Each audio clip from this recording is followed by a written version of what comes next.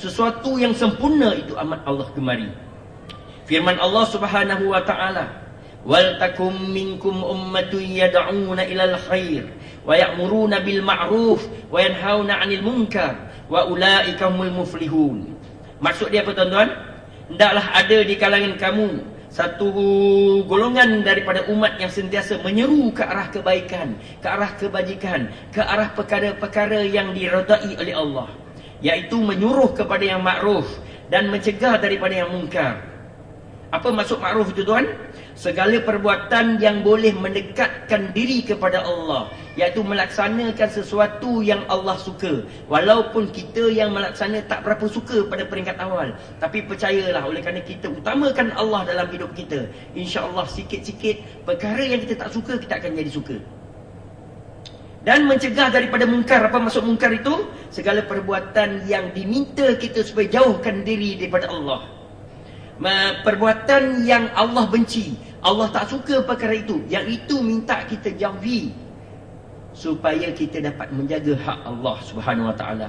Dan akhir ayat itu disebut wa ulaika humul muflihun, dan mereka itulah orang-orang yang beruntung, mereka itulah orang-orang yang berjaya, mereka itulah orang-orang yang beroleh kemenangan. Tuan-tuan dan puan yang dirahmati Allah, saya nak sebut lagi tentang beberapa metodologi tentang ajakan dan cegahan yang kait dengan amar ma'ruf nahi munkar tu tadi tuan-tuan.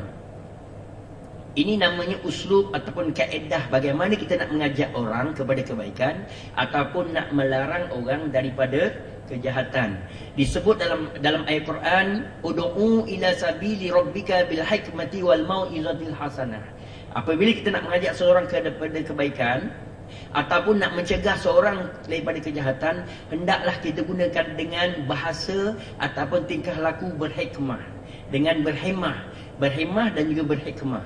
Artinya dengan rasa kasih sayang, dengan rasa lemah lembut. Itu dimaksudkan dengan kaedah-kaedah itu. Namun demikian, pada petang ini metodologi ini disebut tentang apa tuan? Ada orang dia nak ajak orang kepada kebaikan terpaksa melalui ceramah, macam saya berceramah pada petang ini. Ada orang dia terpaksa lalu macam khutbah. Contohnya imam dia akan naik khutbah, dia pegang tongkat itu, dia akan sebut ittaqullaha haqqa tuqatih wa la tamutunna illa wa antum muslimun. Takwalah kamu kepada Allah dan janganlah sekali-kali kamu mati melainkan kamu dalam keadaan menyerah diri kepada Allah, iaitu hal keadaan kamu Islam. Itu melalui khutbah ataupun melalui nasyid. Nanti kita akan ada, saya difahamkan insya-Allah ada kumpulan nasyid akan bersama-sama dengan kita pada petang ini, dan mereka akan sampaikan dakwah, mengajak kepada kebaikan atau mencegah pada ukuran cara nasyid insya-Allah, ataupun cara berlagu. Dan kemudian tuan-tuan, cara bercerita. Ada orang dibawa dengan cerita-cerita, ada orang dibawa dengan bentuk lakonan. Itu yang seperti mana ada dalam televisyen yang kita tengok. Kita ambil kebaikan yang ada daripadanya. Kemudian ada orang melalui berniaga. Berniaga pun boleh mengajak orang buat baik. Pasal ada kaedah-kaedah, cara-cara yang perlu dilaksanakan melalui perniagaan itu, cara yang ditentukan oleh agama Allah ini. Seterusnya, cara kita bergaul, bersosial. Kemudian tuan, cara kita berilmu. Dan apapun ilmu dia tak priority, nombor satu. Ya tuan-tuan mesti ilmu nombor satu, supaya kita tahu benda. Apa saja yang kita nak lakukan, wajib ke atas kita ilmu tersebut. Dan seterusnya, kaedah membasmi kemiskinan juga boleh membantu. Dan saya difaham melalui agensi muafakat, dia ada membantu kita bagaimana nak bangunkan ekonomi kita umat Islam, supaya dapat membantu kita. Bantu kita orang Melayu khususnya, yang lebih utama lagi ya hak Islam itu. Islam, supaya kita dapat bangunkan Islam.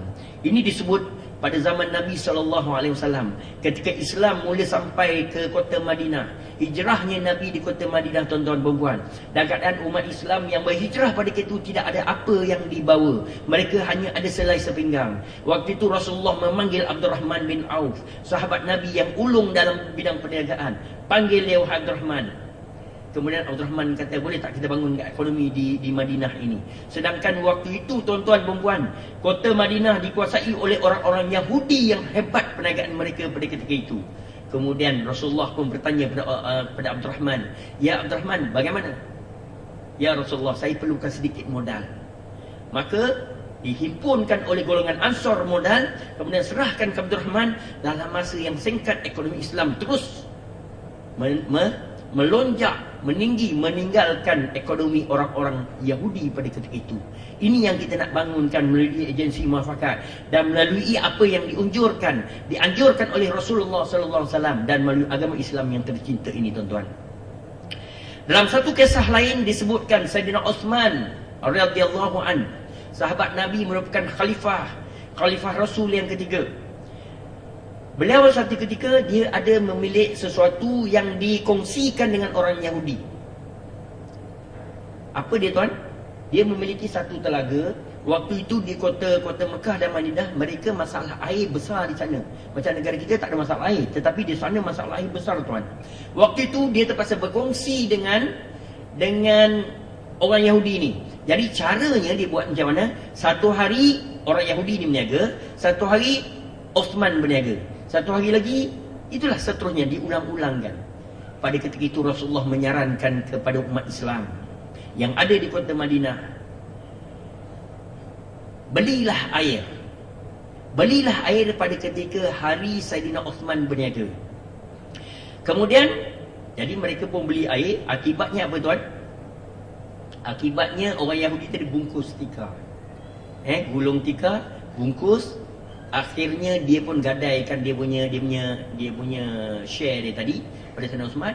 Akhirnya dimiliki oleh Sayyidina Uthman secara 100% ataupun keseluruhan. Tuan-tuan dan puan rahmati Allah, pada ketika itu Sayyidina Uthman bangun. Tuan-tuan dan puan sekalian, siapa di antara tuan-tuan yang sanggup membeli telaga ini dengan harga lebih daripada yang ditawarkan oleh Yahudi ataupun yang saya tawarkan? Bangunlah seorang yang lain. Saya sanggup ganda, 2 kali ganda. Ada orang sanggup 3 kali ganda. Itu kadar yang dia mampu. Ada lagi? Ada yang lebih daripada tu?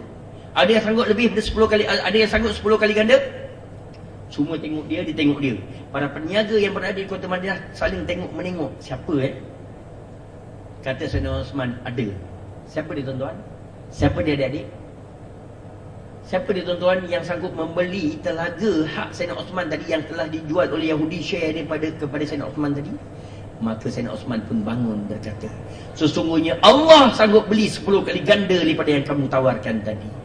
Maka dengan itu mulai pada hari ini, tuan-tuan dan puan rahmati Allah, Sayyidina Uthman dengan ikhlas hatinya, saya wakafkan telaga ini, gunakanlah tuan-tuan secara halal tanpa bayar sesin pun. Ini kehebatan umat Islam, tuan-tuan.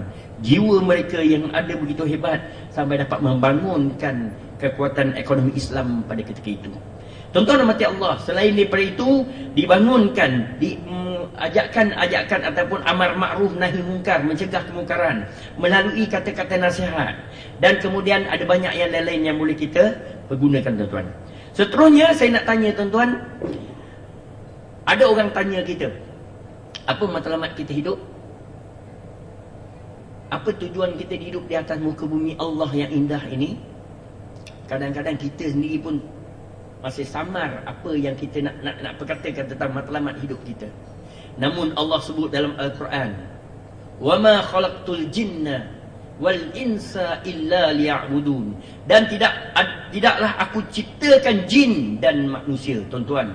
Allah sebut jin dulu. Kenapa sebut jin dulu? Kerana Allah telah menciptakan jin, iaitu terdiri daripada para malaikat, termasuk Azazil yang waktu itu